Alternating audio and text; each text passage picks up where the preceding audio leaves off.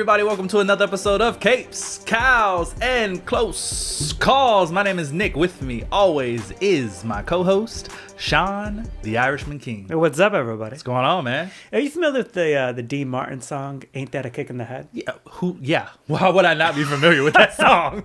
The fuck? So you know that one part where they're like, they sing the beautiful part? Beautiful. Yeah.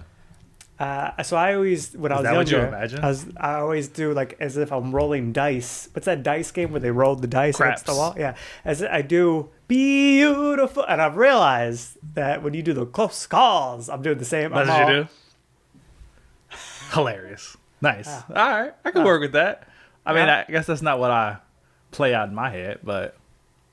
What do you play it out as? Nothing specifically, honestly. I just do the intro and hope that it doesn't come. It seems like we're doing the beginning of a talk show, which is fitting because it's a podcast. But it's like, hey everybody, welcome to the Tonight Show with Jimmy Fallon. It feels like it's very. You know what? You're right. If I had to pick something, that's kind of what goes through my head. I'm doing the Tonight Show with Jimmy Fallon, or the late show with whoever. That's probably what's going through my head. Who's your guy? Who's your talk show host? My talk show guy? I think I like Jimmy Fallon the best. I do. Me too. Yeah, that's why we're friends. Yeah. Some people feel very strongly that they hate Jimmy Fallon. Why? Why would you hate Jimmy Fallon? You know who I don't like? Jimmy Kimmel. I go up and down with him. Sometimes he has an annoying. Like I hate when he does like that. So sometimes he does good interviews, but a lot of the times, he's not great. He's not as funny as Jimmy Fallon. That's number one. Yeah, and I feel like Jimmy Fallon does funny things. He does. Jimmy Fallon does funny things. He also has better comical timing than Jimmy Kimmel does. I feel like Jimmy Kimmel thinks he's as funny as Jimmy Fallon, but he's not. And it's very apparent. Also, some of his interviews, like, he cuts his guest off too much to try to insert a joke. And I'm just like, bro, shut up. Like, just let him finish. Talk, yeah, just let him answer the question. Because, like, I get what you're trying to do. But he hasn't, I don't think it was just crazy because he has a fucking talk show. But I don't think he's found the line between, like, progressing the conversation and just blatantly cutting someone off. And sometimes he cuts people off when I know he's trying to progress the conversation, but it's like, give him a minute to like finish his fucking thought. But what I like about Jimmy Kimmel is that he is more of a nerd than Jimmy Fallon. Like he read comic books as a kid. So whenever he does like a Marvel press interview, I don't know if I've noticed this. I know he had that whole Superman Batman thing where he was like, you've seen where he's like holding the piece of paper up to Ben Affleck. He's like, yo, Batman. You know what I'm talking about? Have you seen that video? Have I seen that one? It was like a promotion before the movie came out, the Batman v Superman. No, I don't think I remember that one. And it's like the scene where they're like at the banquet, and he's like, Jimmy Fallon just shows up at the banquet, and he like walks up and he like meets both Bruce Wayne and Clark Kent, and he walks up to Ben Affleck, Batman first. And he's like, he walks away. He comes back. And I do remember that. I do remember that. Yeah. I do remember that. Hey, you're Batman. Yeah, I remember and then he does the same as Superman. Hey, this is Superman. This is crazy. They're both here. You're right. I do remember that. That is funny. Yeah, he's more of a nerd. So like whenever he does like the interviews for like the Marvel movies and stuff like that, he will talk about how he used to read comic books and like he loves Spider-Man, so he's always like super excited to like talk about Spider-Man stuff and like the different villains. You know what I mean? Like he was super excited. Interviewing like Jake Gyllenhaal for Mysterio because he really likes Mysterio. So I like that. Like Jimmy Fallon's not like that. You know what I mean? Like he knows this stuff now from the movies, but Jimmy Kimmel actually it's clear he didn't grow up reading. Right, he didn't grow up reading comic books. So I like How that. do you feel about Conan? I never cared for Conan. Never cared for Conan? No, I never really watched him. I feel like I don't think Conan's funny of the show stick with me more than on the show. Like I don't remember really ever watching him on the show. Okay, but like he has that one. I don't know. It's got to be part of some type of show where he gets taken to Italy to like all these fancy restaurants, and then it's one of his like friends, and then he takes him to Olive Garden. That's hilarious. It is hysterical. That's funny. He's sitting there and he's like reading the menu. He's like, yes. The Italian margarita. Everybody knows the Italians were the ones that made the margarita. That's funny. Do you not quote that shit today every time we go to Olive Garden? Ah, yes, the Italian margarita. Italian margarita. Yeah, I don't know. I never found Conan all that funny. I know he has a pretty popular podcast. Now, we can't both drink at the same time, Sean. It doesn't work, bro. You can't. you gotta fill the air while the other person. Yeah. Well, you gotta be quicker, nigga. I beat you to it. You're right. I picked mine up first, and you were just like, I was like, well, I guess I'm not fucking quenching my thirst at this moment. Jeez. Go ahead, take a sip. I mean, now I need to take a sip. Now you gotta. So I don't find Conan all that funny. Okay. Would you, if you were given the opportunity to be on a TV show as an actor, or host the Tonight Show, one of those talk shows, which one would you do? Be the actor. Bro, I got my whole press junket lined out as an actor, bro. Like, if I ever so managed to make it into a fucking Marvel movie or something, bro, oh, I'm so excited about that press tour. I'm so excited. I'm going on Hot Ones. I'm going on Jimmy Fallon. I'm going on Jimmy Kimmel. I'm doing the fucking, I'm doing GOAT Talk with Complex. I'm doing Nick Williams answers questions while playing with puppies. With, I don't remember who does that one. I'm doing top 10. The Google one where they're the top questions. Yeah, top asked Google searches. I'm doing that one. I'm doing top 10 things I can't live without with GQ. I'm doing all of them, bro. I'm doing all of them. You named a lot. I don't think I could have named all of those. I watch them all the time. I watch a lot of those interviews. I'm doing the fucking actors on actors with, I think it's Variety that does that one. I'm doing all of them, bro. I'd be super excited. That's what pushed you over, is you could do all those things as a host of the Tonight Show. That's true. I mean, like, Jimmy Fallon's been on Hot Ones, I think twice now. Yeah. So I could. That's true. Because, I mean, once you become a Tonight Show, like, host, you're, like, famous, basically. Not basically. You are famous. You're famous. You are famous. So I could do that. But I feel like I would enjoy it more as an actor, like, promoting a movie or something, versus... It's the promoting the movie part that gets you. It's a combination. You know what I mean? Like, I feel, because I also feel like as the show host, I'm not doing that stuff as frequently, or I'm not doing all of them. I'm only doing like a couple at a time because I have my own show to do. Right. I don't necessarily want to do. I mean, my own that's show. the most similar thing to this. That's true.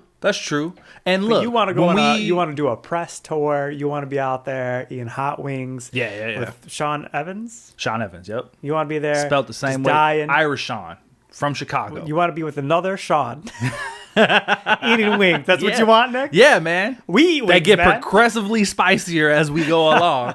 And he asks me profoundly deep questions that I am thoroughly impressed with. Deep dive. Yeah, every Instagram. time. Where I am slightly concerned, but more so impressed with how much research him and his team have done. Everyone feels it's like nobody's seen the show. Yeah. Everybody's like, oh wow. Like, wow, that's a really good question.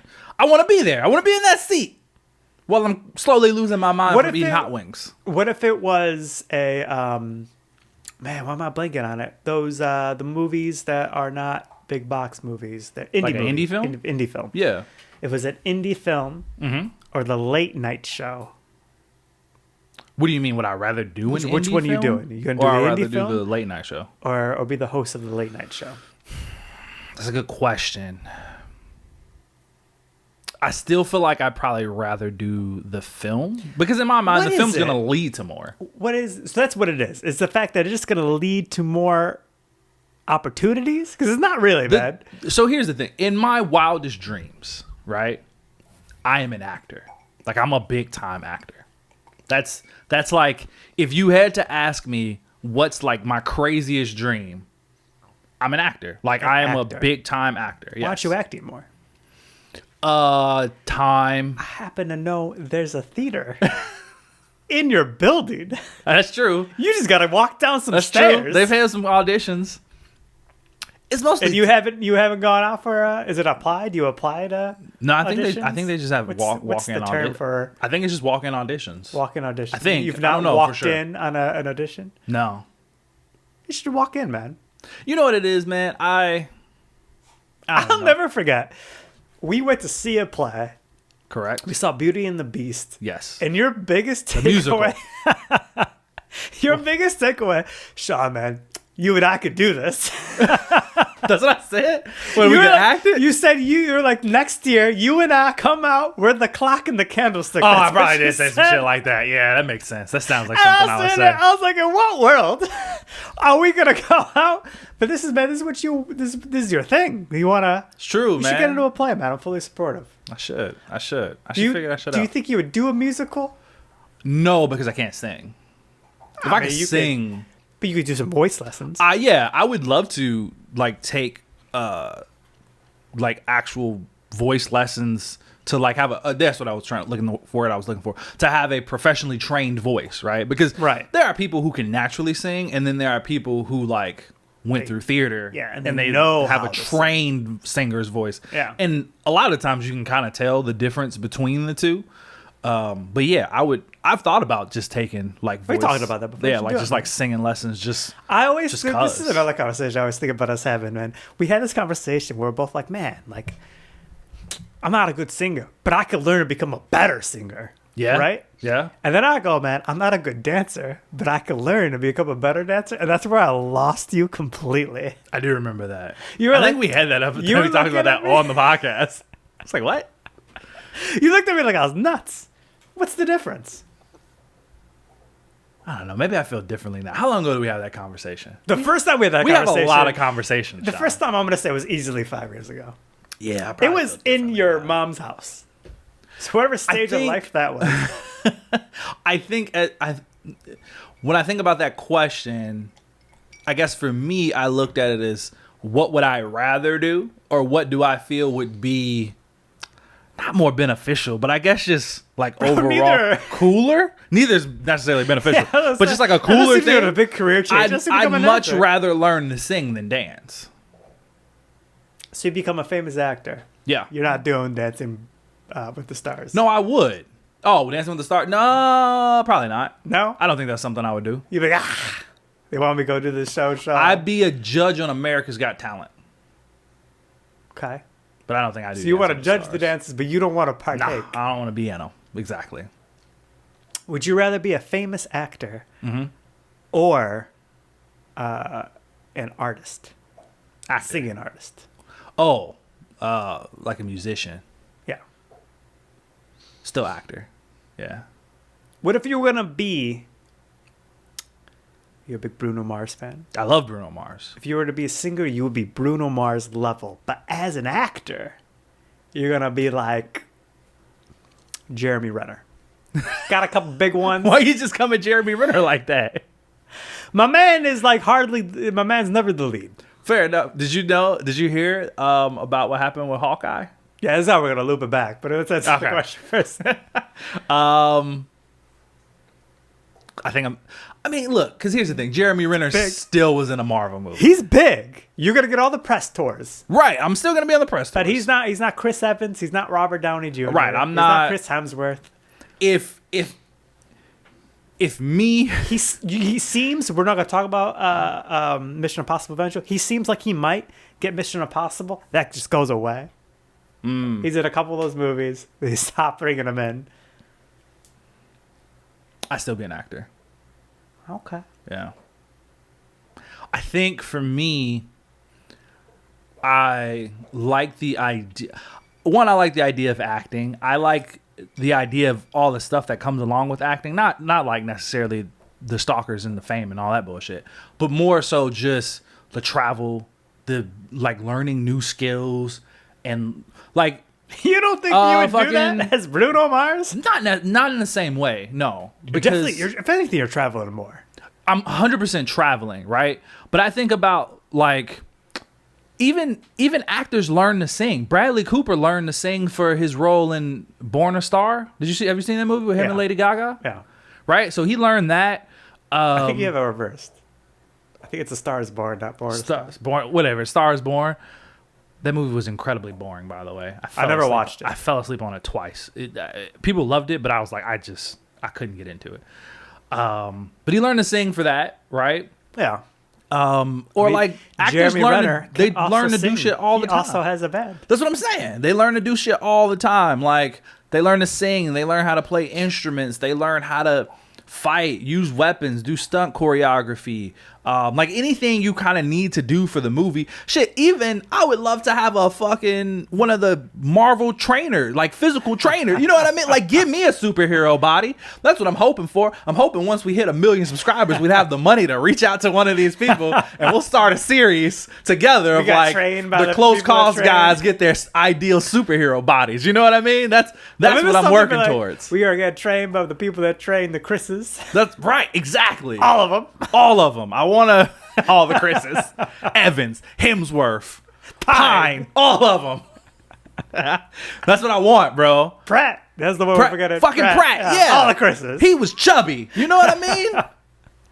Then he had abs. Now he's in between. Somewhere in between. But that's fine. You know? Like, and the movie's paid for that shit. Like, of course, as a singer, I could afford to do those things.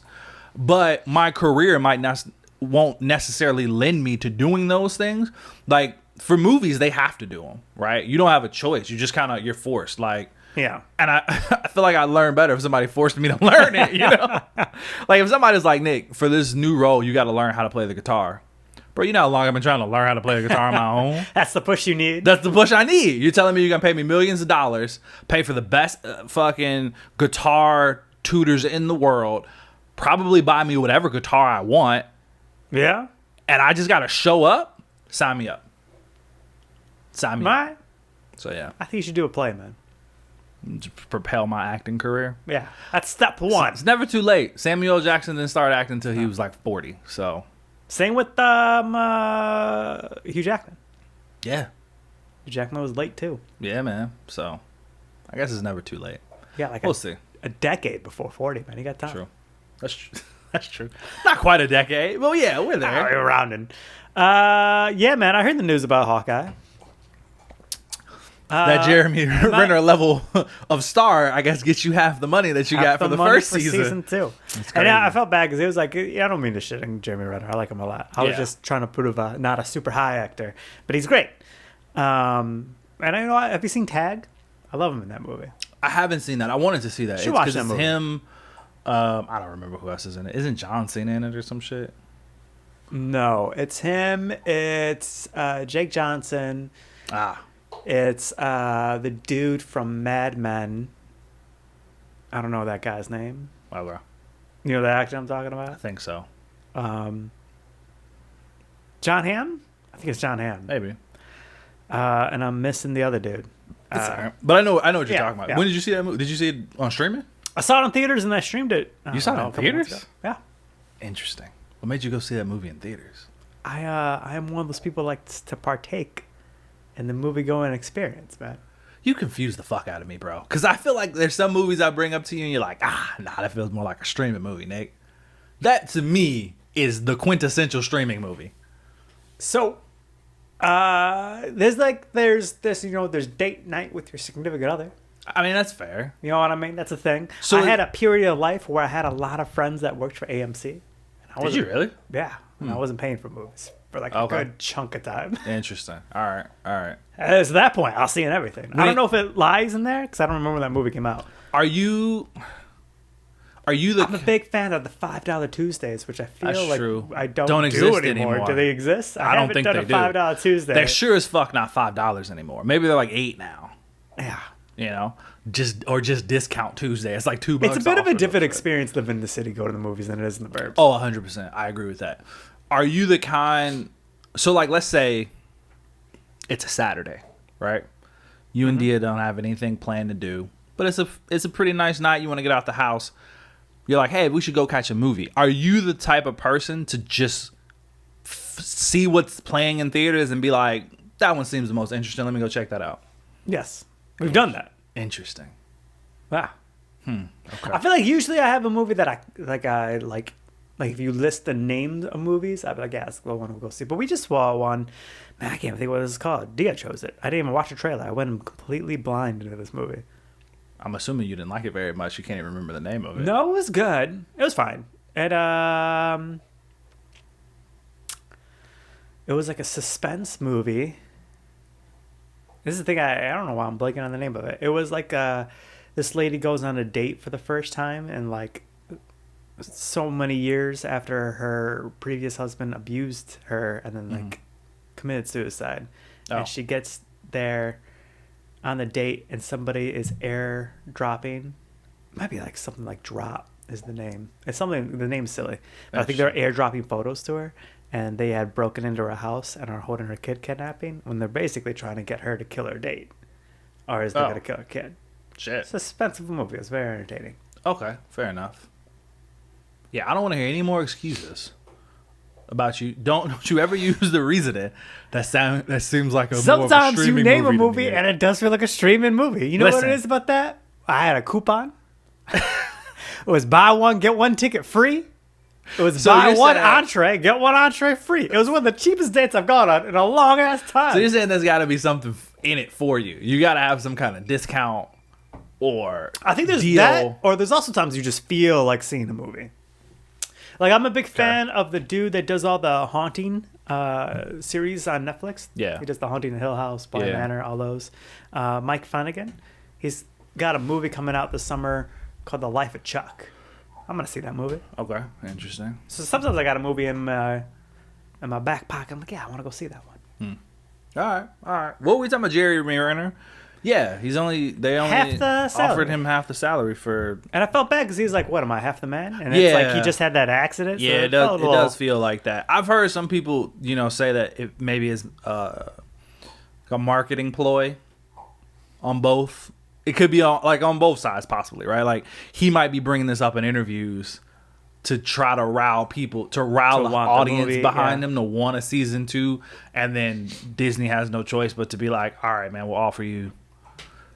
And he even said, he keeps it very professional. He's like, it's not even Disney, it's not Marvel, it's just it's the executives who just sit behind a desk and crunch numbers. Right. And he's like, I didn't even ask for more money. I just asked for just pay me the same of what you paid me for the first season. Here's my thing: who's asking for a Hawkeye season 2? Are you? I wouldn't mind it. I like the season 1. But what are we getting out of a Hawkeye season 2? I thought maybe season 2 would be like he's a way smaller role, because it kind of seemed like season 1 was all about handing it to Kate. So that's also what I heard. The reason why they offered him less money is because he would be he'd be there in a much smaller capacity. 2 episodes. Because it wouldn't be about him. It'd be about Kate Bishop. So it'd be like maybe a few montages of him training her, but it'd be like Mark Ruffalo Hulk in She-Hulk. You know what I mean? Like there's a few appearances of him, but he's not the main focus of the season. So in that aspect, it's like, why would they pay you the same amount of money? Right. But, But if they want him in just as much, you should pay him the same amount of money. Pay him more. Sure. I don't think it's going to bring more money than the first season did. But why not, man? All right. We got some trailers to talk about. Yes, we do. I didn't even think about a transition for that. Speaking of Disney television shows. Yeah, and proteges. We got an Ironheart trailer. Yep. Here's the crazy thing about this Ironheart promotion. This show comes out in like less than a month or some shit. Oh, it's close. Yeah, it comes out like, I think it's June 24th. Okay. And this is the first trailer we've gotten. Yeah. It's crazy. I mean, I feel like they announced it and then you like kind of heard nothing at all. And now they're just like, here's a trailer.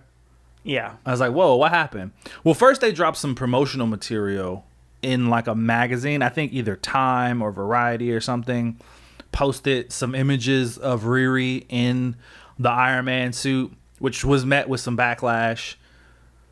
The usual racist people on the internet talking about how, Marvel's going too woke and how would they suit? No, about the fact that it's a black woman in it.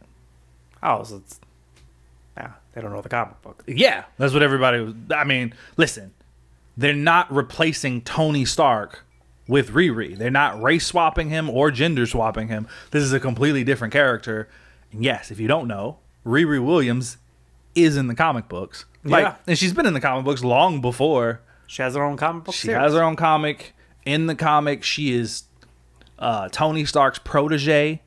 Via AI. Yeah, he likes her a lot. He approves of everything that she does, so much so that her AI is Tony Stark. Yep. Like how Tony has Jarvis, she has him. Which I think would be super cool if they fucking did that in the show. I don't think they're going. I don't think they will either. They'd have to pay Robert Downey Jr. way too much fucking money. Yeah. But that would be cool as shit. They should do like, because I guess they wouldn't do Jarvis at this point yet. They should do like Howard Stark. Okay. Make it close, but you don't have to pay that actor nearly as much. I think it'd be cool too if they did. I mean, at this point, since she has all those ties to like Wakanda, it could even be cool if she just did either like Shuri, or possibly even just like a generic, like one of the Dora Milaje voices. You know what I mean? Just to be like her AI. I think that could be cool. That'd be cool. I could get with that. Are you excited for this show? I don't know if I would say excited. Yeah, I don't know if I care that much. If I get that. I saw that trailer. I don't know who this villain dude is. Yeah, I know the actor so from he's in The Heights. Oh, interesting. Yeah, he's the lead in that musical. Oh, okay. So Bring that's it where he back to came from. musicals. Interesting. I'm sure he's in other shit. Probably, but that's probably where they got him from. They like to take musical actors, I feel. Usually because they're pretty good. They're pretty versatile. Yeah. His character is the Hood. I don't know a lot about him. I just know name. a little bit about him. He's the Hood. At one point in the comic books, he rises the rank so much that he actually becomes the new kingpin of crime. When Kingpin was doing something else, he becomes the new kingpin, and his powers are magic based. Magic, huh? So in that regard, I think it could be an interesting dynamic of like the whole technology versus magic. They've really avoided that with actual Iron Man. Yeah, they Like, have. you remember the Mandarin? They didn't do magic at all. Yeah, magic at all. There's no magic. It was just science. All his villains have been science based. Yeah. So yeah, I mean, it could be interesting that they're finally going to go the route of like, no, we're doing science. Is the Hood an versus Ironheart villain? Or is it just I don't a Marvel think so. villain? They're I think it's chasing just for I think it's just the Marvel villain they chose. Okay. I don't believe it's an Ironheart villain. At least not that I know of. I mean, admittedly, like I haven't read any Ironheart comic books. I know about her, Marie Williams. You know, she was 15 when she reverse engineered her own Iron Man suit, which is also cool to see because they can definitely tie it back to even Iron Man 1 when Obadiah Stane is like, you know, Tony Stark built this suit in a cave with a box of scraps and you guys can't fucking figure it out. It's like, well, here's this young girl who did it basically just by seeing them. You know what I mean? Like she just studied them and was just like, I could do that shit. I feel like she was too inspired. I don't know if that's the best word, by Wakanda. Wakanda forever. And I feel like they're going to keep the goat. I feel like there's going to be very much so nothing to do with Iron Man. I think so too, because the suit even looks like that. Yeah, I agree. Because they're gonna go. I mean, they already have Peter Parker as Iron Man's like protege in the MCU. Yeah. So they're not gonna give him a second one. That wouldn't make sense. I mean, he never met her. Like Tony Stark never met Riri. So yeah, that would make sense. Boy, they slapped Brian Coogler's name on that real quick. They said, "Bam, he's still here." 'Cause he's hot right now, bro. They were like. And he's not even directing it. He's just the executive producer. I don't even know who's directing the show. But they were like, nope, Ryan Coogler, he's still here, baby. We still got him. Which makes sense because he is the one who introduced her in the MCU and Wakanda Forever. So that's cool. I still don't like the suit design. I think that's what bothers me the most. I want her to have a suit similar to her comic book counterpart. But they keep giving her this bulky ass suit. Why is it so bulky? I don't know. Why are these shoulders so fucking big? Like what is this for? Like it looks more like a war machine suit than it does like a sleek. It should, you know what it should look like? It should look like Pepper Potts' suit. Yeah. In Endgame, and it doesn't look like that. I think that bothers me. They're just trying to differentiate. I know. It away from Iron Man. I wish they would just do it. They should lean into it. Yeah, they should lean into it. I want them to embrace it a bit more. They could easily like put Happy Hogan or Pepper Potts into this show. They definitely do could. It that route. Like Pepper could show up and be like, "Hey, you know, woman to woman kind of thing." You know what I mean? Like just do that and be like, "Hey, here's Tony left this behind. I thought if anybody deserved to have it, it'd be you." You could make it even cool, like, you know, Tony has been watching you since you've been in college. You didn't know it, but he always had his eyes on you. Yeah. I think he would have wanted you to have it. Like, you know, something like that. Yeah, that'd be dope. Easily do it. That'd be dope. So yeah, I don't know, man. And I mean, we didn't get like it was a teaser trailer, so we didn't get that much from it. You know what I think they did wrong with this trailer is that little opening scene. I don't think it was very good. When she's on the elevator, yeah, and like this, we don't even know who this guy is, but he like set up this weird trap for her, like get off the elevator before you suffocate. And it's kind of like it's a puzzle. She's like, I ain't gonna do the puzzle. Yeah, she's like, I'm not doing that. I'm gonna just figure it out a different way. And yeah, I don't know. It didn't work to me. Like it felt for some reason cheesy to me. It does feel cheesy, and I also think it just doesn't work out of context. Maybe it'll work better within the context of the show, whatever that episode is. But I think out of context, it wasn't very good. Yeah. So if anything, that's what makes me less excited. Of like, I feel like that's how she's gonna get introduced to the Hood. Thanks for giving me the name. But I feel like the Hood's gonna be like trying to recruit her. I mean, that's what it seems like he's doing. Yeah, he's trying to get her on his side, and obviously she's going to come to her senses and figure things out and blah, blah, blah, blah, blah. Yeah, I mean, I also can't tell who they're targeting with this. You know, is it going to be on the level of like a Miss Marvel where they're more so targeting maybe like young teens, young adults kind of situation? Yeah. Or like who's this for? Because she's in college and... Yeah, I don't know. I don't know where I do think it might be a younger kind of audience kind of deal. Yeah, that's cool. I mean, everything else I like about it, right? I like that they're bringing her into the MCU. I think that's super cool. As a girl dad, like I think to my like that could be great inspiration for a young black girl to see somebody like her represented. Not only in the comic books, but in a medium this large of like, she is a genius. Like she was able to build an Iron Man suit at 15. Like she's an MIT student. You know what I mean? Like to be able to see that, I think that's really dope. So in that sense, I'm very excited for it. But I just hope it's a good show. And so you're definitely going to watch it. I'm going to give it a chance for sure. At least episode 1. Yeah, I would say... Because there's still shows you haven't watched, man. I know. I'd probably give it to maybe episode 3. Yeah. How many Secret Wars? Is that what it was called? Secret Wars? Yeah.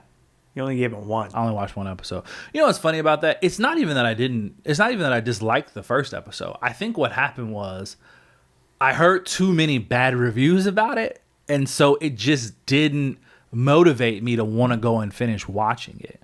Okay. I just chose other things to watch at that point. I was just like, everybody keeps saying it sucks. So I'm just, why do I want to put myself through that? You know what I mean? Like, why do I want to spend my time? Because that's 9 hours of my life that I'm going to dedicate to watching this show. And I'm just going to be disappointed. Like, I don't know. All right, next round. Yeah. We got one that felt fake. It did feel fake. And I'm still not 100% convinced it's real. I'm almost embarrassed to bring it up here. I feel like it might just not happen. Either way, fun to talk about. But we got you want to tell the people what it is? It is Spider Noir, who will be played by Nicolas Cage. Correct. So if you've seen the animated Into the Spider-Verse, Miles Morales Spider-Man movies, Spider-Man Noir is the one that's black and white. He has the trench coat and the fedora. He is based on an actual... Fuck, I should have added that to my list. He is based on an actual alternate... We should have saved this one for the last one because it would have been a better transition. Shit. He is an alternate version of Spider-Man in the comics, of Spider-Man Noir. But they're just calling the show Spider Noir. I'm just joking. Apparently. Are you all right? You okay with that? But yeah, so he voiced Spider-Man Noir in the animated movie. Yeah. And now they're bringing him to live action to do a Amazon Prime original Let me ask you, TV series. Who asked for this? I don't know, man. We did, I guess. I don't think we did, man. I'm not opposed to a Spider Noir movie. People love Nicolas Cage, and they loved him as Spider-Man. People wanted him as Superman to fight the big spider. I mean, he never got him. He was wow, blanking. Ghost Rider. He was Ghost Rider. Yeah. Flash. No, he was that scene from The Flash where Nicolas Cage is Superman fighting the giant spider. Yeah. Weird stuff. It was Ghost Rider. So he already played a Marvel character. True. We got to give him another? Yeah, why not? I don't know, man. They're clearly not putting him in. Look, they're clearly not going to put him in a main MCU movie, right? Like, first, I'm kind of surprised. There's so many things about Disney's this that doesn't make sense. This. Yeah, not even Disney, Sony. Like, how did this deal come about? What's going on? Are they working around some kind of loophole by not saying it's Spider-Man Noir and it's Spider Noir? Because that threw me off too. I was like, maybe that's where they're going with this.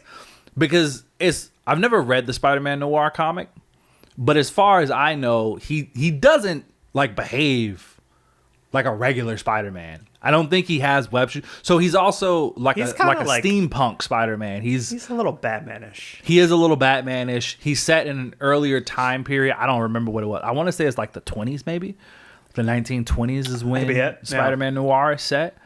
So he doesn't have like web shooters. It's got that he Batman uses the guns. Animated Series vibe of like everybody looks like they're gonna have Tommy guns and fedoras on. And... He uses guns.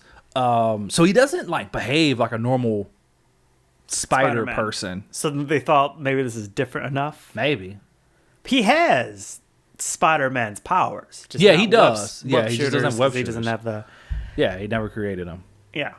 But he does have all the powers of a Spider-Man. He got bit by a radioactive spider. This is just falling into the Sony who asked for this bucket. It is. At least we're a little closer to getting a Spider-Man. It's true. It's just Spider Noir. Yeah. He's just an alternate version. Right. Yeah, I don't know. This would this be interesting? Are we interested in this? Yeah, I mean, we're gonna watch it. From the brief, like 30-second teaser trailer, it didn't look bad. Yeah, it looked fine. The action looked kind of cool. They got the glowing goggle eyes, which is kind of cool. It looks like it's gonna be in black and white. The actual comic book is in black and white, so they're not giving any color to it. So that's kind of cool that they're paying homage to that. It being played by Nicolas Cage is weird to me. Yeah, I get that. I agree with that. That is maybe a young Nick Cage. Yeah, he is a little old now, isn't he? He's kind of old to be playing a Spider-Man. He is a little old. That's true. I don't know.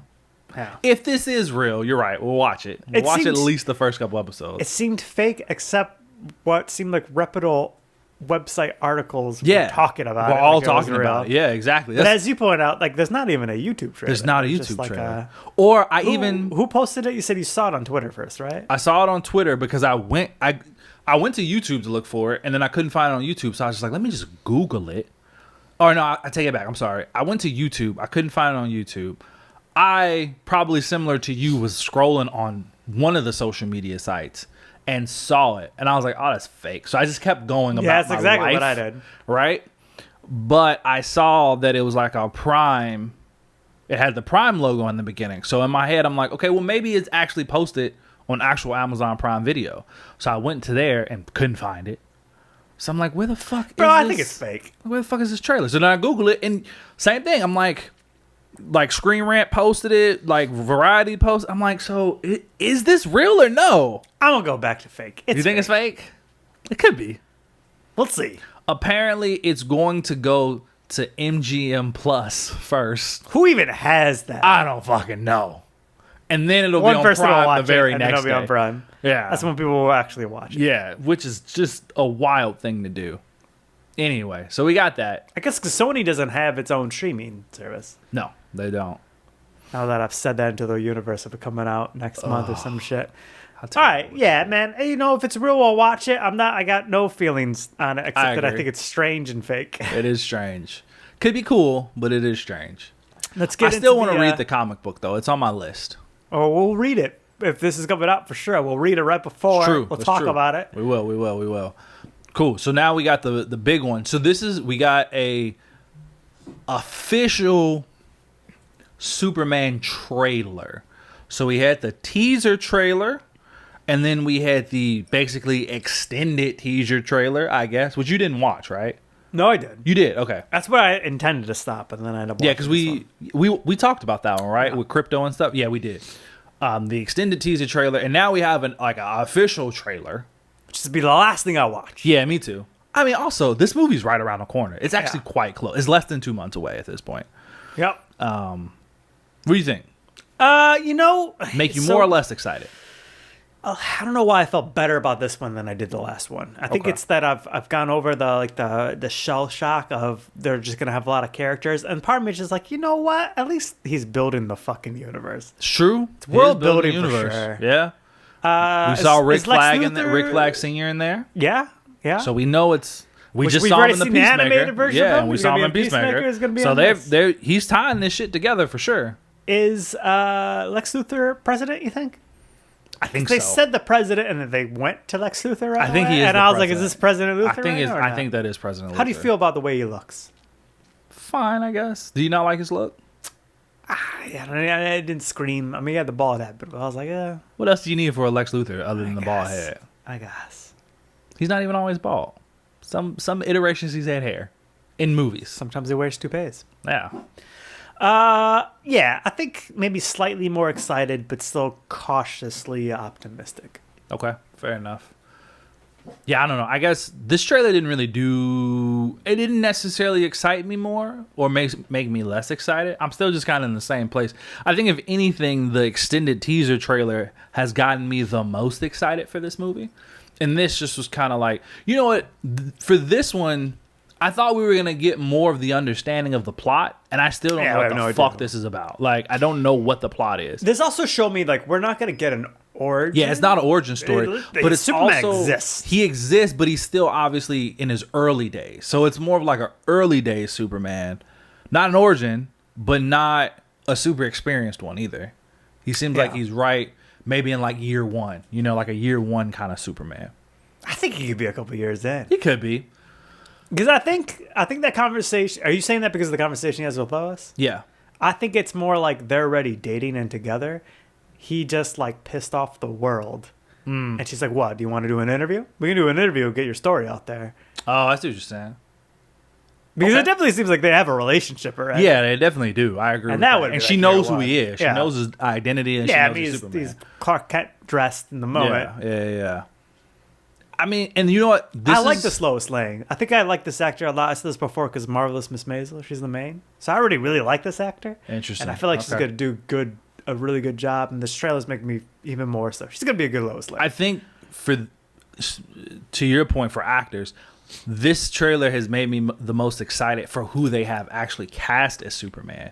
Just like the way he speaks, the way he like carries himself. Because we haven't heard him really speak in the previous trailers. It's true.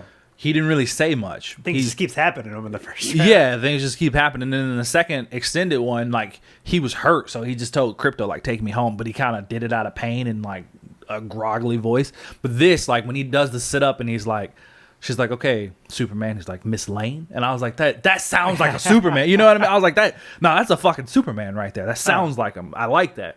So that was cool. Again, I don't know what the fuck this is about. Neither do I. It's also, it throws me off a little bit to see a DC movie with so much character or color and vibrance. Yeah. Because like the scene where he punches that kaiju in the face, I'm just like, man, that looks weird. And not that it necessarily looks bad, like the CGI looks bad or anything. It just feels out of place. Like, because we haven't seen anything like that in a Superman movie. You know what I mean? Like, it's very reminiscent of the giant star monster from the Suicide Squad. True. But it feels weird in this movie. And that's to no fault of anybody. Like I said, it doesn't look bad. It's just, it throws me off. To like a comic book. Like, he would see that in a Superman comic book in a heartbeat. 100%. So just seeing him punch a kaiju in the face, I'm like, man, this looks weird. I don't know how I feel about it.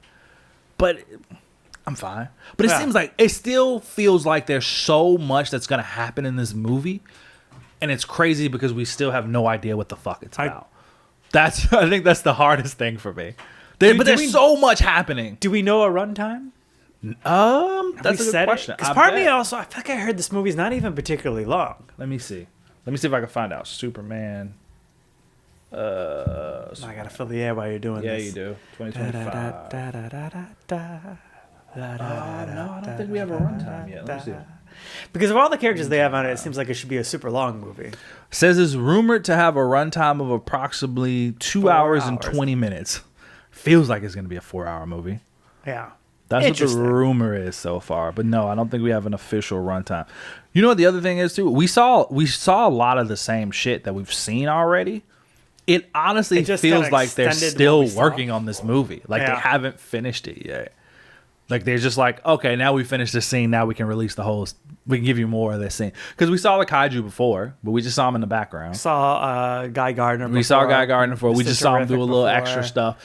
Mr. Terrific looked cool as fuck in this trailer. That's the other thing I wanted to say. He looked cool as shit with the T-spears and stuff. Shooting up? Yeah, just moving people around. And then they show the scene where it's Green Lantern's floating and then Hawk Girl. And then you see Mr. Terrific who like created a floating chair out of his fucking T-spears. And he's just sitting there chilling with the other two. I was like, he looks cool as shit. I respect this. So he's clearly going to be like the cool out of the three. Because Guy Gardner... with his fucking bowl cut looks ridiculous. So did it make you any more excited? No, talk about it more. Maybe I am a little more excited. I think we're both a smidge more excited. Yeah, I think I am a smidge more excited. All right, let's get more into our episode. Yeah, we got a lot to cover. We do. So we're in this episode. We are going to be talking about DC's new absolute universe. So we're switching from live action DC to actual DC comic books. We're talking about the new absolute universe. Are we doing the comic books first, or are we doing our list first? We're going to do the comic books first. All right. And then we'll talk about... I think we'll do our list after. Yeah, man. So, for those of you who don't know, who may not read comics or keep up with comics, you want to kind of break down what the absolute universe is, or you want me to do it? So the absolute is a story where the main characters... have slightly different origins. I only know this because you told me about this, but it's supposed to be based on dark side energy. Correct. So it is an alternate universe. It's an alternate universe within DC Comics. So they're starting everybody from zero. And yes, so the idea is that if the main DC universe is focused around Superman energy, so hope, justice, equality for all that fun stuff. It's all centered around this idea of like Superman hope. This absolute universe is centered around negative dark side energy. So they're all slightly a bummer. Correct. And the way this universe was pitched to consumers is that every hero will now be starting at a disadvantage based on their main universe counterparts. Yes. So we're going to be talking about... So there's 6 absolute books out now. We're going to be talking about all 6 of them, giving you an introduction to the characters that they've introduced, and just kind of giving our overall thoughts on them. Yeah. And I guess if you should go read them yourself. Again, so spoilers. Spoilers. But we'll get super spoiled, but spoilers. Yeah, spoilers. But we've talked about this whenever we talk about comic books. I think spoilers for comic books can be fine. Unless it's something like super major, like still go read it. Right. Because regardless of how much we tell you about, there's always going to be something that we didn't mention that's worth reading for yourself. So I would still suggest to go read it. Also, these are all new starting points for new comic book readers.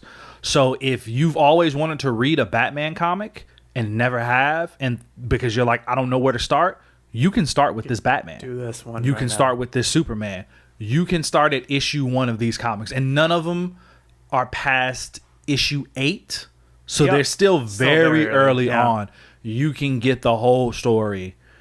All you need to know is what we just told you, is that it's just an alternate universe where everybody is basically kind of has a shittier life than their counterparts do, right?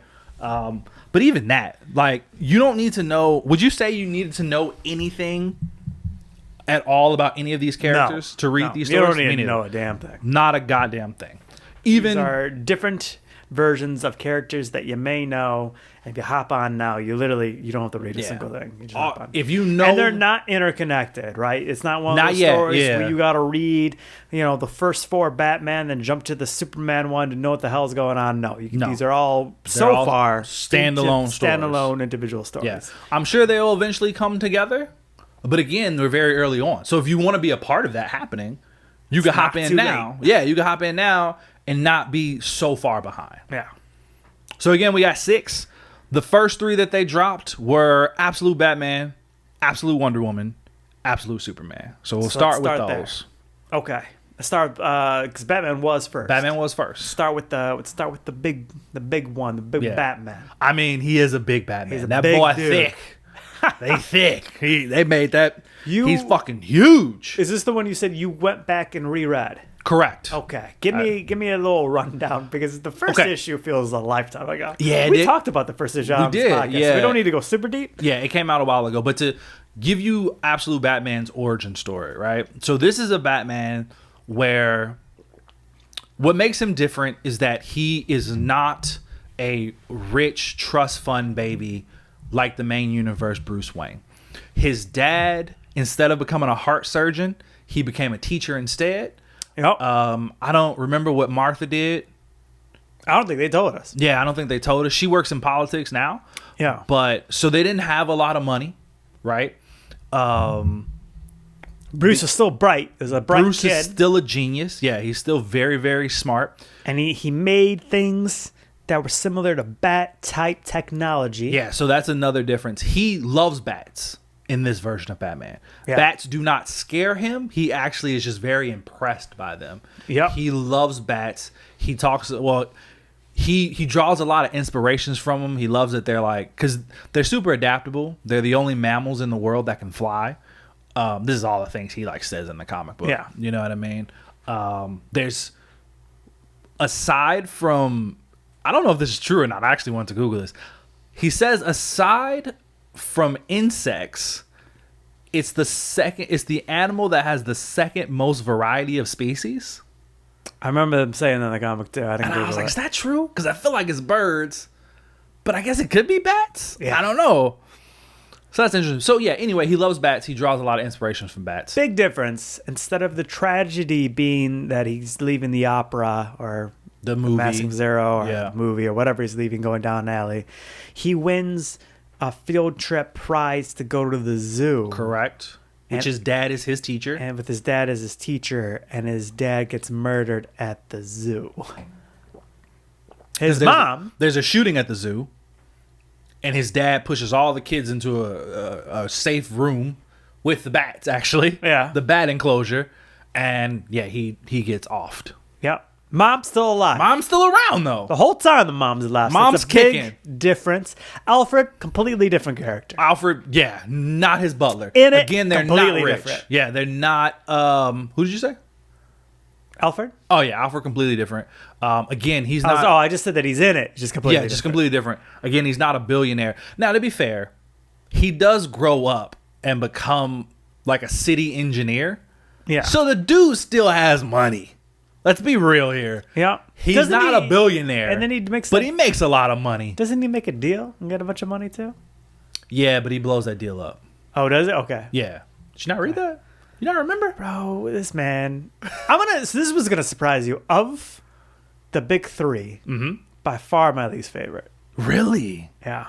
Interesting. By far. I actually don't have much. This is going to be surprising with you. I don't have much desire to continue with this story. Wow. That is shocking. I know I will continue. This is giving a lot away. I'm going to tell you the ones I'm going to continue. I'm going to continue Wonder Woman. I'm going to continue Superman. Yeah. And I'm going to continue Green Lantern. Okay. We're going to get back to that. What else do they need to know about Absolute Batman? Okay, so yeah, so this is the one thing. This is the thing I think I enjoy the most about it is to see the alternate versions of the other characters, most of which are villains. Like I agree. The Riddler, Killer Croc. The Riddler, Killer Croc, Penguin, Harvey are all like his friends. His friend group. They grew up together. They grew up together, and they're not villains. Best really. friends. Yeah. They're all great friends. They used to have sleepovers at Bruce's house Yeah. Like, this is how much they hang out. That is interesting. I do like that. That's probably the thing I enjoy the most about it. Is cool, and it does make me wonder where they're going to go with some of the villains. So here's my thing about this. Other things you need to know about Absolute Batman. So he is an engineer.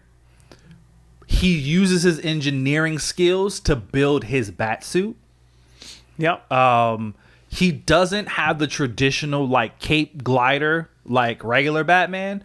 Instead, he takes inspiration from this bat that like has these long like finger like wings that have hooks on the end of them, and he designs his cape like that. So they like have hooks. They have hooks. Also, he can walk on them and stuff. Yeah, this Batman is a fucking dog, bro. He is way more brutal. Oh yeah. At least as far as I know, like his ears double as blades that he stabbed people with. He has spikes on his back that he'll pop out. The big dumbass bat logo that you didn't like at first is actually an axe. Like he has a club that he takes out of his utility belt, snaps it to this chest logo, pulls it off, and now it's an axe, which he used to cut off a guy's hand. Do you remember that? Yeah. Cut dude's hand off like it was nothing. What other weapons does he have?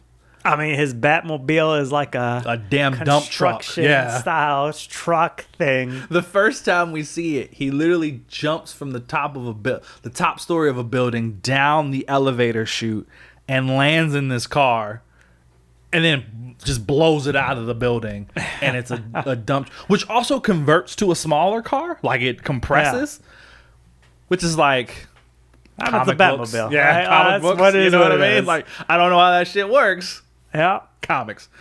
So for me, going back and rereading this, I thought I'm gonna say this. Maybe I need to reread it all at once because they were spread out enough that like I was like, what the hell happened last? Like, it helps when you read them all together. So I was reading them as they came out monthly, but I did for this episode go back and start from the beginning. So I read the first full arc. So the first full arc of this is the first 6 issues. They're on issue 8 now, which has started a new arc, so I haven't gotten to that. But the first arc I've read, I remember thinking when I first read it, my favorite part of this is this new version of Alfred. I like this version of Alfred. This version of Alfred is fucking cool. Yeah. Like for the first like 3 issues, he really makes the comic. And his parts specifically are so well written to me. There's one point where he's like, it like opens the issue and he's talking about the party animals and he's talking about Batman, which we'll talk about. And he says something along the lines of like, you know, so this Alfred is a military. Not only was he in the military, but now he's a part of this like secret kind of CIA special. He never stopped organization. To be a butler. Yeah, he kept going down that. He kept going down that path. So he's not quite as skilled as Batman, but he has a lot of fucking skill. Like he could stand with Batman at this point. Yeah, he's still older, but he's not Butler Alfred all old. So he's talking about it, and he's like, you know, back when I was in the military, one of my commanders used to talk about what makes a great leader is to know when to advance forward and when to retreat and regroup. And he's like, I keep thinking to myself that this will be the day that Batman realizes you need to R&R, right? Like you need to R and fucking R. And he's like, but he never does it. He just and he's like, maybe that's what it is. Maybe Batman is just one continuous advance forward. He's Batman AF. And I'm like, that's fucking good. Because it's Batman advance forward, but it's also like, you'd be like, Batman is fuck. Like, I was like, that's good writing, man. That's some good shit. I like that. So that was fun. But as I got more into it, I definitely started to appreciate this new version of Bruce Moore and like his story and his motivations and kind of like how this version of Batman functions versus, you know, the regular traditional Batman.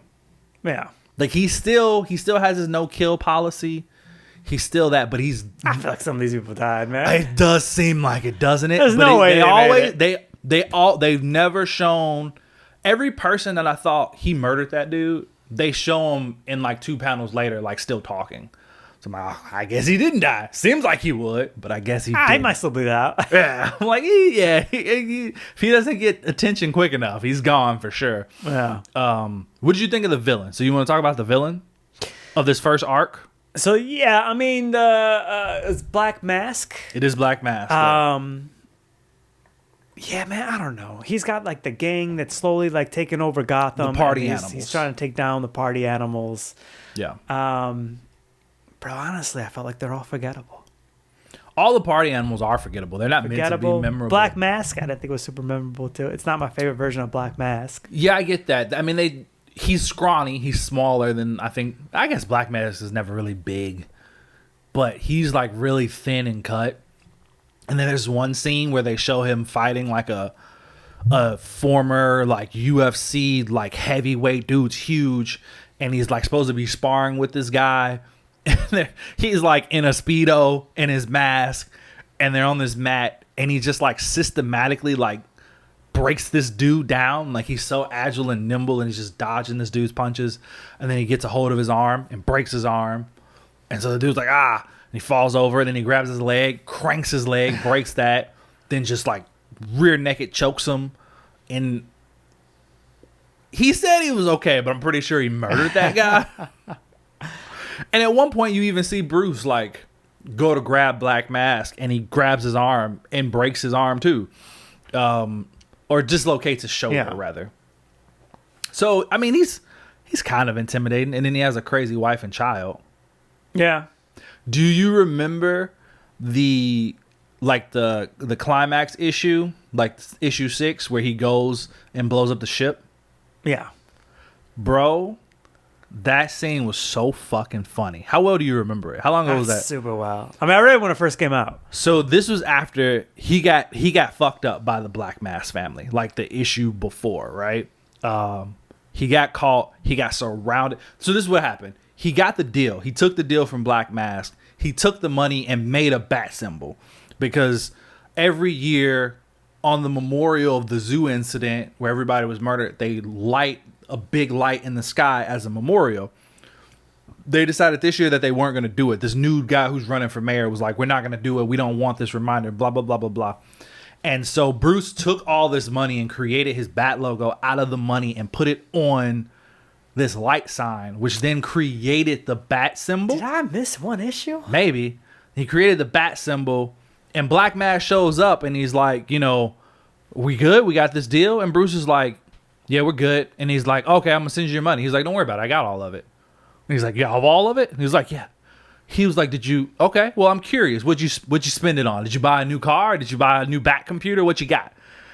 And he's like, oh, you'll find out in a second. And then he turns the light on, and then it shines, and he's like, fuck your deal, basically. I'm not going for it. So then all the party animals come swarming him, and he's fighting, and he's fighting, and he's fighting. And eventually he gets overwhelmed. They shoot him with like these nets that like trap him down, and then Black Mask, little crazy kid, comes up with the flamethrower and like sets him on fire. Yeah, I missed that one issue. Did you really? Yeah. Oh yeah, he sets him on fire, and then Black Mask kicks Batman off the roof because they're on top of a building. Yeah. Yeah. Obviously he doesn't die, right? So then that's when he comes back. That story's over. Yeah, that's when he comes back in the next issue, and he's like, I gotta blow up this boat because this is one of the signals. So I read this one. I don't know how I missed one, but I read that one. Bro, when he gets on the boat and he dives out of the plane that Penguin is flying. Right. Lands on this DJ. I'm like, he's done. Like there's no way this Bruce Wayne is like 300 pounds, bro. He is like a linebacker. What were we just talking about? He is the gorilla in this scenario, right? Like he's fucking huge. He lands on this guy out of a plane. I'm like, that dude's done. Like his rib cage is destroyed. There's no way he's alive. And then he sees a box of life vests, and he takes them. And he just, every criminal that comes out, he just wraps them in a life vest and throws them off the boat. Yeah. And the kid comes out, and the kid has a flamethrower, and he just grabs the kid by the hair, and he's just like, I'm not not gonna fight you. But then he wraps the life vest around his neck. He's like, let me go. And then he lets him go and fucking punts him into the... Do you remember? I remember the punt. Punts him into the water. Bro, I was cracking up. I was crying. That shit was so funny. Hilarious. So yeah, man, I mean, it's pretty solid. I really enjoyed it. I agree.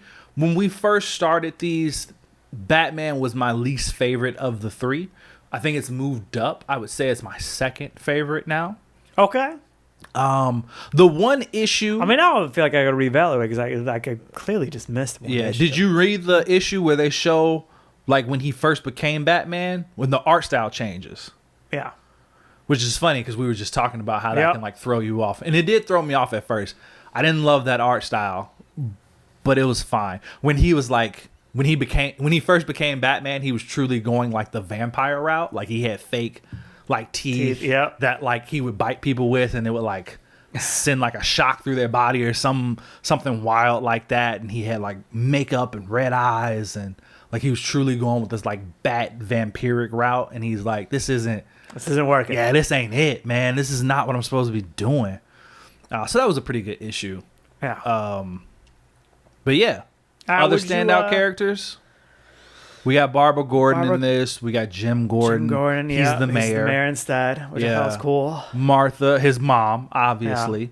She's cool. She's tough. You know, she's that kind of like, I'm not, Thomas was a good man. I'm still a good person. I'm still around. I'm not just folding for anything. So she's cool too. I like her. Seeing his friends as the villains. Or the villains as his friends. It's cool. It is pretty cool. Yeah. I know some people don't love it, but I like it. I think it's an interesting. It's interesting to see, like, are these people going to become villains? Are they? Because the next villain is Victor Freeze. Correct. And I've read the first issue. Yeah. We're also going to get Bane is next. After Victor? After Freeze, yeah. Okay, so it's kind of like they're choosing just the other villains, not the ones we're currently looking at. Yeah. So are these people going to go evil, or are they just I don't know. I guess that's the question. The long list of characters they have to do the other ones. Out of the ones that are there, the only one I could really see kind of going bad is maybe Harvey, like still going that Two-Face route. Yeah. The Penguin seems like he is up to some nefarious stuff, but I don't really know for sure. I like the Penguin though. Like when he was talking to Bruce and he found out, and he's like, "What the fuck is going on, man? Why did you tell me? Like, you're the Batman? What's happening?" And then he's like, "I talked to fucking Ed, and he claims he found out weeks ago." Like, fuck that guy. Riddler's still a genius in this, so it's fun. Yeah, it's fun, man. I like it. I know the issue 7 and 8 are about the origin of the absolute Mr. Freeze. Yep. I thought Martha was gonna die. Nah. So I was surprised by that. I was like, oh, she's finna die for sure. This is it. This is like what really sets him over the edge. Of like, I gotta be the best Batman I could be. But the issue 6 does seem like it's putting Alfred more in the traditional Alfred role. Not necessarily his butler, but his backup. He's straight up not even in the last issue. Yeah, except for the very end, because he saves him, and he's like, "No, I mean the Victor Freeze issue." Oh, really? Yeah. Oh, interesting. Okay. He like talked. There's like a phone call he's on. Okay, but so they're still playing that out. They pulled him back a little bit. Okay. All right. Which one you want to talk about next? Superman or Wonder Woman? Let's go. Man of Steel. Okay. Before we do that, would you suggest Absolute Batman? Hearing you talk about it makes me kind of want to go back. Again, of the three, it's probably my least favorite. Okay, so why is it your least favorite of the three? Or do you want to save that for after we talk about the other two? So I'll say this. I got way more excited when the newer issues of Wonder Woman and Superman came out than they did for Batman. I just didn't care as much. It's like, whatever. Interesting. Do you think? But I was like, I want to see where this goes. Right. In the other two. You think you're just Batmaned out? Like you think you're just kind of like over? No, because I still read other things than Batman. Yeah, okay, fair enough. Yeah, Batman was my least favorite of the three. But after going back and rereading Batman and catching up on the other two, Batman's my set. So right now my ranking is Wonder Woman, Batman, Superman. Okay. Interesting. Yeah. But we both got Wonder Woman at the top, so maybe we save Wonder Woman for last. Let's do Superman. Superman next. Okay. Did you really read Superman? I did. Okay. Yeah. Again, first arc. So I think for Superman, it was the first 5 issues and not 6. Yeah, because the last issue I read of Superman was an origin for Ra's al Ghul / Brainiac. Interesting. They're the same character? Yeah. So in this universe, Brainiac is Ra's al Ghul, or Ra's al Ghul is Brainiac? I didn't know that. Okay. Interesting. Yeah. Okay. That makes me kind of want to continue. Yeah. Because I was like, I don't even know if I want to keep reading this one, actually. Crazy. Because I find this one interesting. I think, so this one, all right, so the big difference here is... Yeah, give us a breakdown of Absolute Superman. What makes him different? He's much older when he leaves Krypton. So his parents were like, kind of like, I think they were supposed to be considered more like the blue-collar style workers. Correct, yeah, there's a hierarchy system on Krypton. And there's like the Science Guild, which is like the highest ones because they're like the geniuses. They're typically like the elite, the wealthy. There's science. I don't remember what the middle one is. And then the lowest is like the labor guild. And that's what they are. And the Superman S, the traditional Superman S, is actually the representation of you being a part of the labor guild. So all the labor guild people had to wear this S on their chest. Yeah. Yeah. So Kal-El is like a teenager. Early teen. He's like 11 or 12, I think. Yeah. When he gets sent from Krypton, and they think they're going to take a bunch of people. Yeah. They got this big-ass ship. Ships explode in front of them. It was crazy. That was actually crazy. It's horrific for him. Yeah. And then they send him, and then he's like in space fucking forever. He's like giving up hope before he finally lands on Earth. On Earth, yeah. He does interact with the Kents, but it seems like he doesn't spend like a lot of time with the Kents because they basically get like discovered. And then so he's basically just going from country to country, city to city, and he's like helping where he can and then leaving before like people catch up to him, essentially. Yeah. Yeah, a big part of this Superman's motivations is that just like in previous Superman, Krypton blows up. His parents figure it out. Like, his dad figures it out because he is a part of this labor guild, and he sees where the planet is starting to erupt, basically. He tries to warn the higher-ups, the science people, who should fucking know this already. He tries to warn them. They basically, like, cut him off. They're like, no, it's not happening, blah, blah, blah. Turns out they knew all along. They didn't want to tell the general public because they were building ships for only the elite to get off the planet before it exploded. Meanwhile, his mom and dad are also very smart geniuses. They were able to use technology to build a ship to help them get off the planet. And Superman, he witnessed this happen, and he's older, and he's sad about it because he's like, this was my home. Like, I love this planet. I loved our simple life. He is very smart, but he chooses like not to care so much about like societal like social status, you know, because he doesn't pay attention in school. He just doesn't care. Right. Like, you know, you have an opportunity to like become a part of like the more higher up classes, and he's just like, he doesn't pay attention. He just wants to go home, hang out with his parents and his dog, and just kind of enjoy life. And so seeing this happen really affected him in a way of like, if I had the power to change this, I would. And when he gets off the planet, he tells himself, like, I will never, again, if I have the power to do something, I will never watch something like this happen ever again. And that kind of like what motivates him as this new Superman to just like go help mine workers or like labor slaves or things like that. He just travels around the world just helping people get out of these situations. And a lot of times he just infiltrates it, like pretends he's one of them.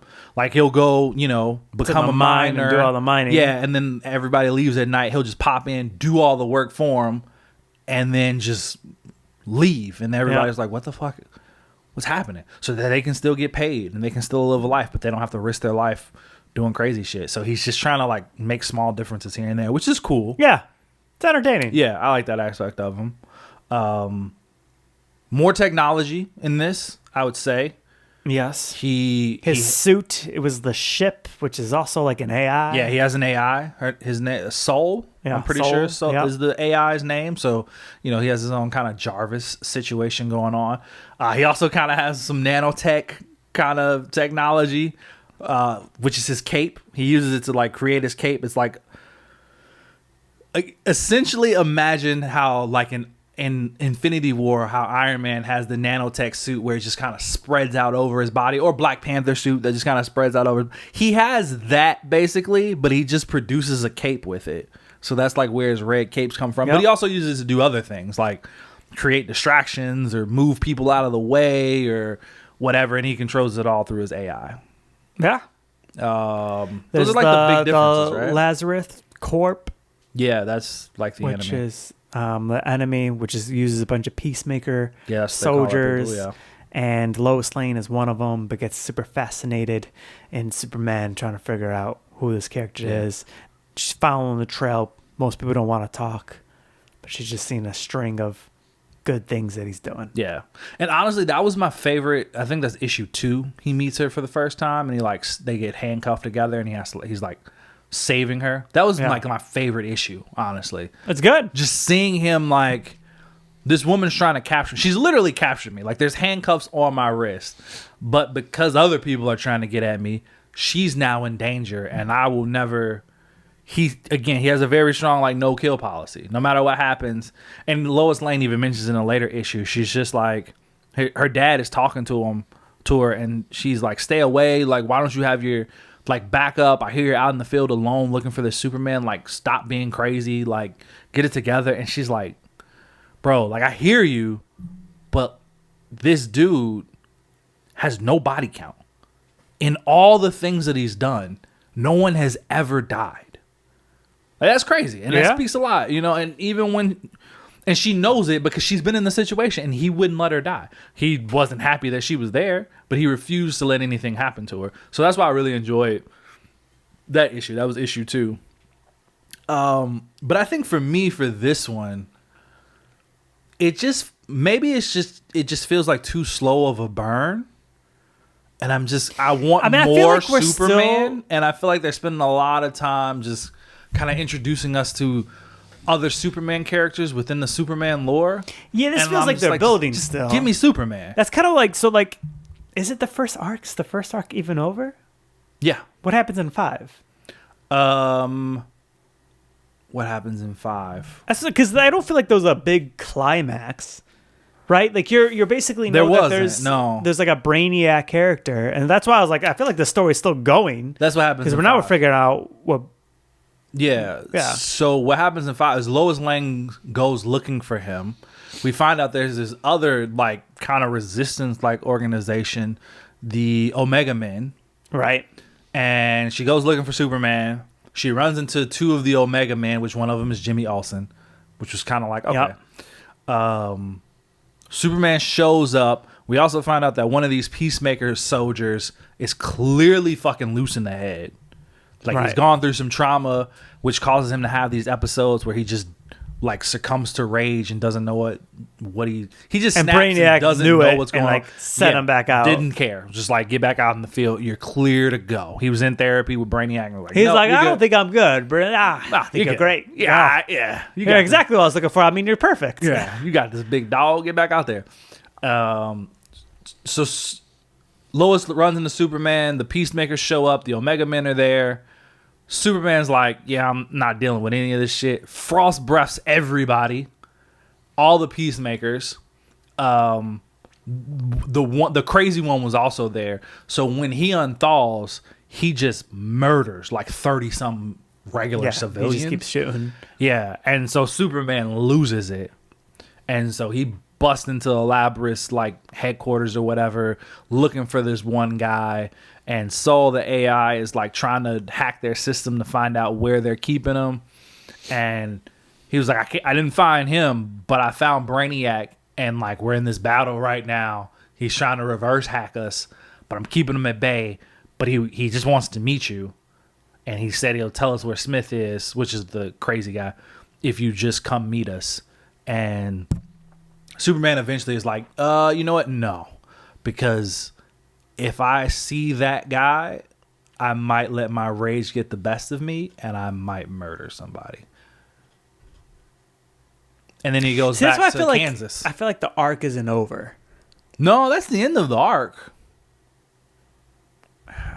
It's like it's because now, so the very next part 5 issue, out of 5. Like that's the first arc. It's got like no end to it.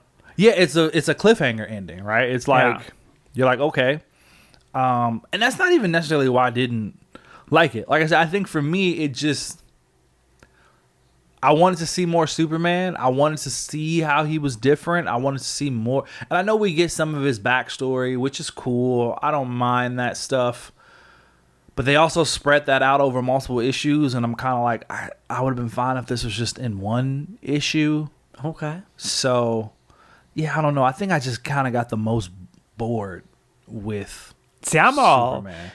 Even with this last issue, like I said, it's like an origin for Brainiac, and I'm even more in it now. I'm like, all right. So I can see that. I can see if I continue that would be interesting, like a Brainiac Ra's al Ghul combo. Like that's cool. They call him Ra's al Ghul earlier. Did they really? In the first 5 issues, you see. Maybe I missed that part, or maybe I just don't remember it. But yeah, I don't mind that at all. That sounds fun. And I'm not saying. So to be fair, I'm not saying that Superman is boring in this. I'm just saying the comic itself. Yeah, they're underutilized. I want to see more of him. I want to see more of what makes him different, how he utilizes his powers, because his powers do seem to work slightly differently than his normal counterpart, because his powers seem to deplete once he keeps using them. Right? Like, it's not just a matter of as long as he's in the like sun, you're overdoing it. Yeah, like calm down, like you're gonna deplete your powers. You know, normal Superman is like, as long as he's in the sun, like he's good to go. As long as he has a little bit of solar radiation, he's fine. Yeah. This Superman seems like even if he has it, he can still deplete his power. He just then has to go relax and recharge. Right. And like that's kind of interesting. But yeah, I don't know. This one just felt kind of the most boring of the 3. Fair enough. But this one's your second. This is my second. Okay. But we both got Wonder Woman as the top, which is unexpected. Man, I gotta tell you, this is a good comic book. It's fucking good, man. Shit. I told my brother to go read this one. I don't know if I've really read much Wonder Woman outside of this. I'm hooked. I'm in it, bro. I am a fan. Oh yeah. So to be fair, I've only ever read one other Wonder Woman comic book, and it was also like a Elseworld story. Yeah. So it wasn't main continuity Wonder Woman, and I love that one too. And this one gives me similar vibes of the characterization that they chose to take with Wonder Woman. I'm used to seeing her in animated form. Yeah. And maybe I just got too used to the new 52 style Wonder Woman, where she's just very focused on like she's a warrior, she's an Amazonian, like she's just about like battle and winning and pride and all this kind of shit. Cause this different approach of like she's all about like love and like hope and like helping others and just being like truly like good and just optimistic. Bro, I love this Wonder Woman. Yeah, it's great. It's fucking great, bro. Say what's the big difference? Tell the people. Yeah, okay. So this Wonder Woman, she is still an Amazonian, but instead of being raised on Themyscira with the other Amazonians, she's actually raised in hell with Cersei, who is usually one of her villains. Yeah, but Cersei like is mother's type figure for her. Is her mother type figure. So Cersei was banished to hell. And then they gave her Wonder Woman as a baby, because we don't know exactly what's going on yet, but there's this weird the Amazonians' past is like shrouded in this kind of mystery, and they don't want Wonder Woman to know that she's an Amazon. She's like Cersei's like forbidden to say Amazon. Yeah, she literally can't say the word. And so, but Wonder Woman is raised in hell But despite the fact that she's raising hell with this woman who doesn't want her and doesn't even necessarily like her, is literally just her, it's her punishment. I said by like the end, she like definitely learns to really care for her. Oh, absolutely. But originally, this is a punishment, like for Cersei. She's not enthused about this. Like this is her punishment. But yeah, you see Wonder Woman grow up in hell. They like live in this like cave, and she's like constantly still caring about the monsters encounter like these beasts, like all these animals, all these beasts. They're down there, and they all try to murder her. And like she's so strong, like she can stop all of them. But then she's always like sweet to them and nice, and they end up liking her. And she's just so like this just positive ray of hope and optimism, and it's just, oh, it's great, man. It's fucking great. So that's kind of what makes her different. Also, her powers are almost primarily based in magic now. She uses a lot of magic. Yep. Like her lasso is made of magic.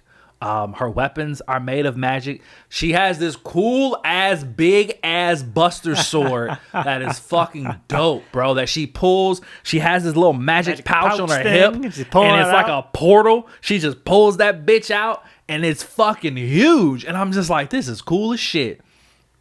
Yeah, she's cool, man. Yeah, she has a magic arm. Okay. She's got Pegasus. She's got a dead Pegasus. It's just the skeleton of Pegasus with his wings, which is weird. Who's man the guy that gave her Pegasus? Zeus. Yeah. No, Zeus didn't give her Pegasus. No, it was the dude that gets tortured for eternity. Gets the birds in the eyes. You read that issue, right? Yeah, I don't remember. Or is that one of the newer issues? It might be one of the newer issues. You see her climb up the mountain, and the birds that come out every day. The famous story where the guy is like being tortured. It's the dude that I think it's the dude that opened Pandora's box. It's like Hephaestus or something. Yeah, something like that. She like first goes talks to the birds that have been coming back every day to like pick this guy's eyes out, and that convinces them not to come back anymore. Oh. So just like we were speaking about, and then like unties, and she's like, I can't get you to leave here. He's huge. She's like a giant to her. He's like, she's like, but I hope at least like the birds will stop bothering you. And like, she's like, I'm not worthy. And then she's like, he's like, can I get you anything? And he's like, I really came for like a bit of your blood, and you don't really find out why yet. And he's like, of course. He's like, cut off the tip of my finger and you can have it. And then he's like, I got another gift for you. And he gifts her Pegasus. That's crazy. He's like, I rose the original Pegasus. Yeah. And so that's cool. That's one of the issues. So I think there's 2 issues maybe beyond the first arc that you read. Okay. So that's like the first one. So she like immediately goes back to hell after like the first arc. The hand pops up, grabs her and pulls her down. Yeah. I'll also say, because there is a shift in it, the art for the first arc, the first 5 or 6 issues, is beautiful. I love that art style, man. It, like, Wonder Woman she feels like they achieve like the Wonder Woman like beauty of like this feeling of like she's like perfect. Her skin is flawless. She's got these big, beautiful eyes, perfect hair, but also it does such a good job of like making you feel optimistic. Like she feels like a ray of hope whenever you like see her. They do like there's a couple panels where like we'll zoom in on her eyes, and I'm just like, man, I feel like I'm looking at her. You know, like I feel the energy. Like the artwork is beautiful in these first few issues. I know there's a drastic change at like issue 6 or something. When she does get pulled back down to hell. I'll be honest, man, I didn't even pick up on that. No? It's huge. I think there's probably enough time between me reading them. I'm sure if I run back to back. Yeah, you'd be like, what the fuck? Because it's a huge change in the artwork. It goes from like what very clearly feels like a drawn style, like somebody like lightly drawing this with like light color pencils on a page, to what feels very like digital, more like 3D rendered art. It's still great. It's still good art, but the newer art is very kind of like sharp and like I said, it feels like almost like a 3D rendered like digital art, while the old art style feels much softer. Like there's softer lines and just kind of, yeah, it just flows differently. But yeah, man, it's great. It's great. It's fantastic. I like Steve Trevor in it. I like Steve Trevor's good. Steve Trevor ends up in hell instead of on Themyscira. I don't remember how he ends up there. They don't tell us. But similarly, Wonder Woman finds him, and Diana finds him, and she.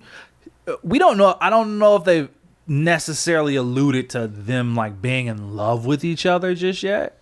Right. But more so like a general Wonder Woman just loves all living things, you know what I mean? Yep. And she's been told stories her whole life that she's destined for greatness. She's destined to be a great warrior, and she's destined to protect man's world. And so when Steve shows up, she feels like this is her introduction to the world of man. And he doesn't know how to get out of hell. Wonder Woman finds a spell that will get him out of hell, but the spell requires a great sacrifice in order for it to work. Takes her fucking arm. She cuts her fucking arm off. Insane. I was like, what? Yeah. And she's like, the spell required. Her mom's like, what the fuck did you do? She's like, the spell said it required a great sacrifice. What greater sacrifice than the dominant arm of a great warrior? And you just see her arm laying on the floor, and she's just bleeding out. And she's just like, I'm good. And you're just like, what is happening, bro? And it worked. It got Steve Trevor back, and it was crazy, man. I really thought I was guessing that she got out of hell by like Sarcy sacrificing herself, but she's in the 2 new issues. So okay, yeah. I was like, that would be crazy. That would have been crazy if that's how she got out of there.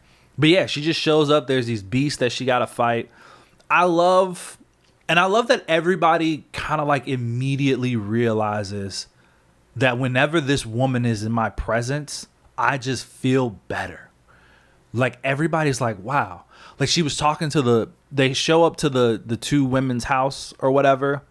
And I also thought it was funny because she's like, Steve Trevor's like, you know, I told her that I knew. She's like, do you know any witches? And I was like, I told her I knew 2 of them. So like they run this like kind of witchy shop where they have different potions and stuff. And I'm sure on the surface world, it just seemed like they were like crazy, like voodoo, like into witchcraft type women. Voodoo kind of shop. Yeah, but Wonder Woman's like, no, all this shit's real. Like, not only is it real, but you guys got a lot of stuff here that I don't even have access to. So I'm excited to be here. And she's talking to one of the ladies, and the other one's like, so all that time when you were going on about this Diana chick, like you were being real, you're being serious, right? And she's talking to Steve Trevor. He's like, yeah. She was like, you know how I used to kind of make fun of you for doing it? He was like, oh yeah, vividly. She's like, yeah, you undersold her. And I was like, damn. Like, because you know he went on for ages, and she's like, you didn't even do this girl justice. Like, I'm looking at her, and man, that's a hell of a woman right there. You know what I mean? And then she asked her, she's like, were you about to leave and try to go help people, even though I told everybody to stay in? And she's like, yeah. And she's like, oh, so are you some sort of, was your job here to be some sort of, you must work in some kind of protection field? And the girl, Diana says this to the girl, and the girl's like, she's like, yeah, I used to be a detective. And she's like, used to be, so what do you do now? She's like, well, I'm a private investigator. And she's like, oh, so it's a similar job, but, you know, now you just kind of work for yourself. But she says it in such like an elegant way. And she's like, wow, how do you do that? She's like, what do you mean? She's like, everything, you just make everything sound more positive than what it is. Because she's like down on herself. She's like, yeah, I used to be a detective. Now I'm just a PI, whatever. And then she responds and she's like, God damn, like, you know what? You know what? I am. I'm a private, I work for myself. And that's the theme throughout this whole book. Yeah. It's just, she's so positive. There's the other scene. So, sorry. You want to give kind of like the plot of it? Like kind of what's happening in this first arc? Yeah, I mean, so we talked a lot about what went on in hell. But on Earth, there's this like ancient monster coming out from, I think it's hell. I don't know where. Yeah, I don't know where it's coming from. And she's trying to stop it. Man's using like regular technology, just basically pissing it off. And she doesn't know how to defeat it, but essentially she decides that she needs to like first like this monster does like things in steps, and one of the steps is like it's gonna emit the sound that's gonna make you all come. Yeah, it's gonna draw everybody out. So she makes everybody in the city go deaf, so they can't hear it. Yeah, because this monster goes. I think she said it was death of fear, death of body, death of mind, death of soul. Yeah. So it emits a sound that makes you.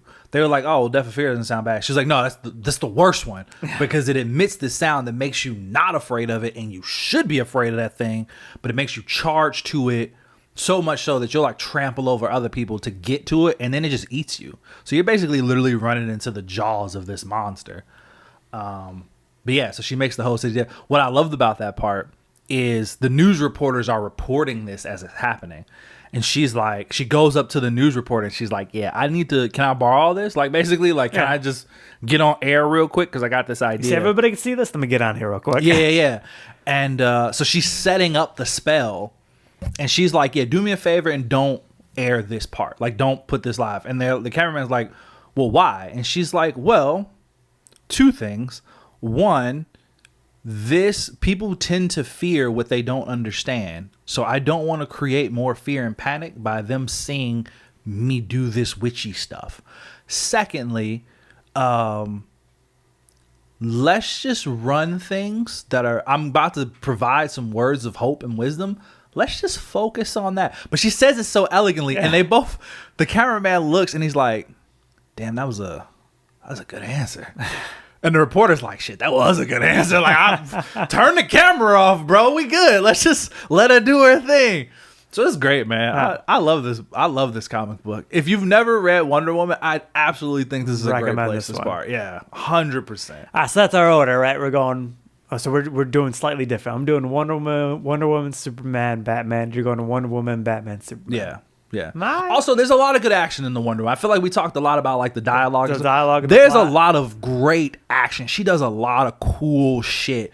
Like at one point, this sword, which is already basically as big as her body, she makes it enormous, like fucking huge, and then slices this monster is like the size of a skyscraper. So she makes a skyscraper-sized sword to slice this bitch in half, and it's fucking great. And then she transforms herself into. She does. Into Starseed. Into Medusa. Sorry, yeah. So that she could turn it to stone.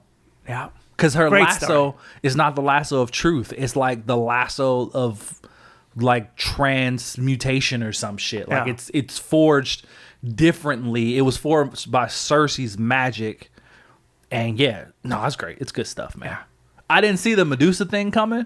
Neither did I. I was like, oh, okay. This took a turn. It fits with Wonder Woman. But it's great, man. I really enjoy Wonder Woman. I think we keep at those three. All right. Because we're about an hour and 37 minutes in. Oh, that's fair. So those are the ones that came out first. Yeah, they have a complete arc. The new ones that just came out are Martian Manhunter, Flash, Green Lantern. We'll talk about those because they only have like 2 issues out each. So we'll get real quick. What's your favorite out of the new 3? Green Lantern. Okay, give me your ranking. Green Lantern, Flash, Martian Manhunter. I agree with you 100%. Yeah. Which is so funny because I feel like the order has been reversed in terms of like reviews and what other people have been liking the best. Everybody loves Martian Manhunter, and I don't fucking get it. I get the art. The art is cool. But the story's kind of confusing. But the story's, it's confusing. It's weird. It is. I think it helped. Because even after the first time, I thought like he was Martian Manhunter and just part of him forgot.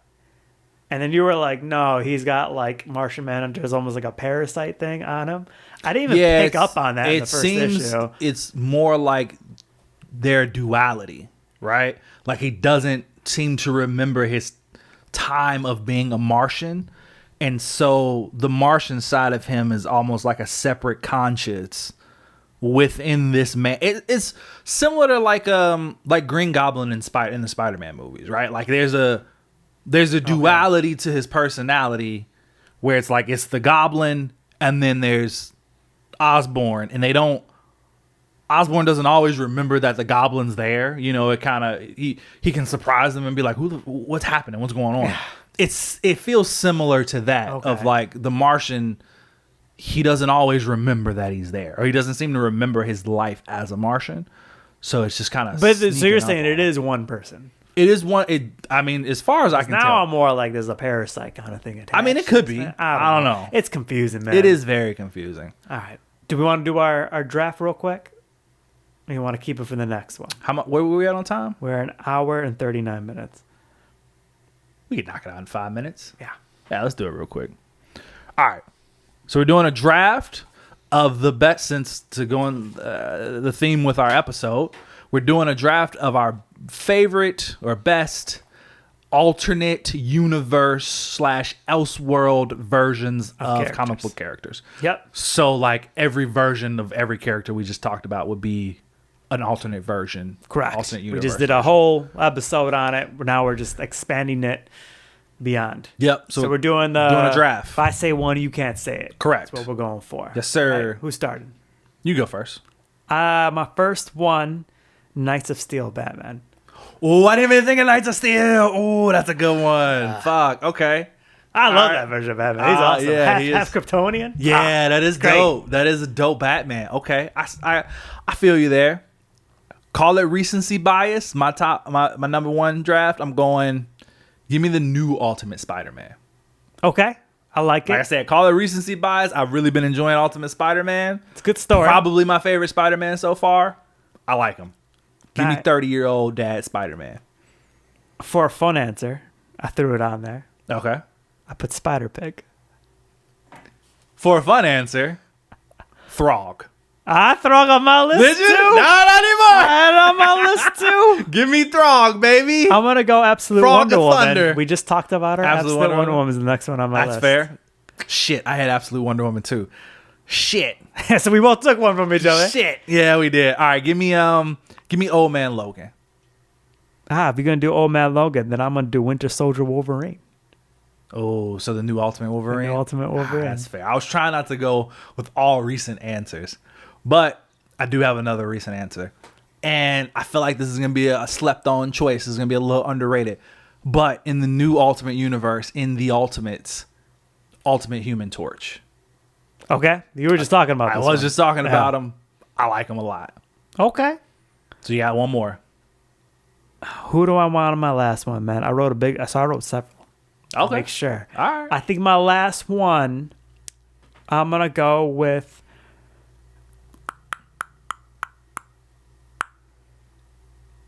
Batman and Darkest Night. That's the one where he's a Green Lantern. Oh, that's a good one. That's a good one. Okay. My honorable mention, I guess go first. Don't want to take mine if it's yours. Give me Speed and Bullets Batman. That's the one where Superman is raised by That's a good the one. Waynes. It's a good one. And he's basically it was hard not to. I could have done a whole list of Batman. Yeah, Batman's easy. There's so many alternate. I was gonna. My honorable mention was Thomas Wayne Batman. I thought about him too. Yeah. You know what's funny? I was literally thinking about that whole like the Flashpoint universe, and I'm like, is there any other character there that's like really of note? You know what I mean? That really makes you be like, yeah, I like that version. Because I mean, Martha Wayne Joker is freaking crazy. That is cool. The Aquaman there sucks though. Like he's just, I don't like him. that version of Wonder Woman sucks. Yeah. You know what I mean? Like none of them are really fun versions. No, not at all. Of the other ones. My honorable mention was the Maker. I feel like I had to throw a villain on there. Okay. Yeah. So evil Reed Richards, where he uses his genius to just take over shit. That's a fun one. Yeah. You should have done that one on your actual list. I thought about it. But you doing the Green Lantern Batman made me think of another alternate Batman that I thought was cool. So that's why I took that one. Right. So cool. Yeah, man. That's cool. the episode. That's it. I think that's all we got, man. Hey guys, thanks for listening. We didn't tell them to like, comment, or subscribe on this video. But you just did. Just did. We appreciate you guys for lassoing along on this one, and we will talk to you next time. Bye.